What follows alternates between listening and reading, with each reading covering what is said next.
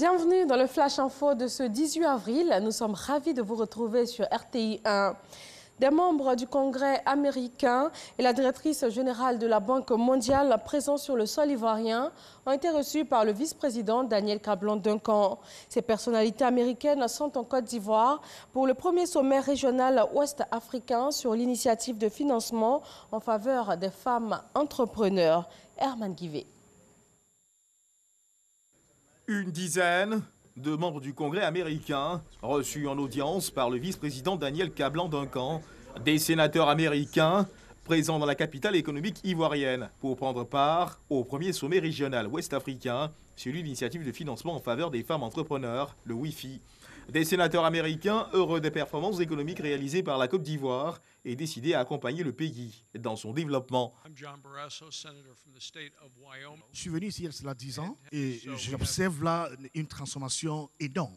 Nous n'avons pas simplement une économie forte, mais c'est une économie saine, mais grandissante, croissante. Il me tarde de revenir dans les années futures, de voir une plus grande croissance. C'est la première fois que je voyage sur la Côte d'Ivoire. J'étais très impressionné et portant beaucoup d'espoir. Et ce qui est impératif, c'est que les élections de 2020 se déroulent très bien.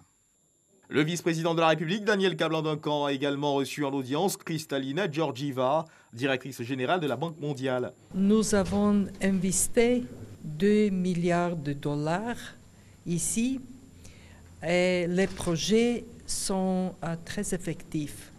Et les priorités sont les priorités du pays. L'infrastructure, le capital humain, le développement d'économie digitale et les opportunités de financer le secteur privé. L'institution financière internationale réaffirme son soutien à l'État de Côte d'Ivoire. Le sommet ouest-africain a pris fin hier mercredi. La délégation américaine présente en Côte d'Ivoire peut donc regagner son pays. Dans le même temps, sur le sol américain, les assemblées de printemps du FMI et de la Banque mondiale ont permis au Premier ministre ivoirien de poser le problème de la commercialisation et de la transformation des matières premières. Ces produits agricoles ivoiriens sont exposés en ce moment à la 14e édition du Salon international de l'agriculture du Maroc, qui enregistre la participation d'une soixantaine de pays, dont la Côte d'Ivoire, avec près de 1500 exposants.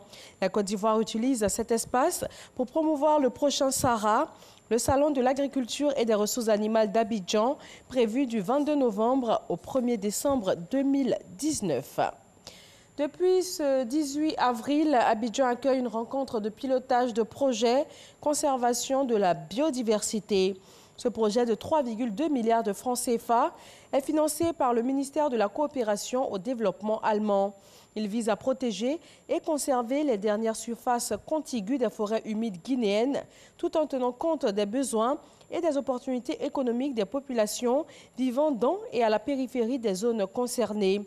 Il doit permettre d'améliorer les possibilités d'échange de biodiversité entre le parc national de Taï et les forêts voisines du Libéria. Les 3e et 14e championnats d'Afrique d'athlétisme des moins de 18 ans et des moins de 20 ans sont entrés dans leur phase pratique. Les compétitions se déroulent au stade Félix Houphouët-Boigny d'Abidjan. Après 2 jours sans rien remporter, la Côte d'Ivoire espère décrocher ses toutes premières médailles avant la clôture samedi. Des députés maliens de la majorité et de l'opposition ont déposé une motion de censure pour faire tomber le gouvernement du Premier ministre Soumeylou Boubèye Maïga, qui, selon eux, n'est pas parvenu à éradiquer les violences interethniques et l'action des groupes terroristes armés en 15 mois au pouvoir. Le dépôt de cette motion fait suite à une manifestation de plusieurs dizaines de milliers de personnes à Bamako le 5 avril dernier contre la mauvaise gestion du pays. Le vote des députés est prévu demain vendredi.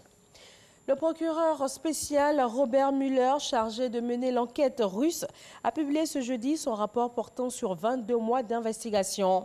Il indique ne pas être en mesure d'exonérer le président américain Donald Trump des soupçons d'entrave à la justice dans son rapport. Ces conclusions avaient été contredites un peu plus tôt en conférence de presse par le secrétaire américain à la justice. Lui avait conclu qu'il n'existe pas de preuves suffisantes pour établir que le président Trump a commis une entrave à la justice. Voilà, merci de votre attention. Suivez tout de suite les nouvelles dans nos régions et je retrouve à 20h pour le journal.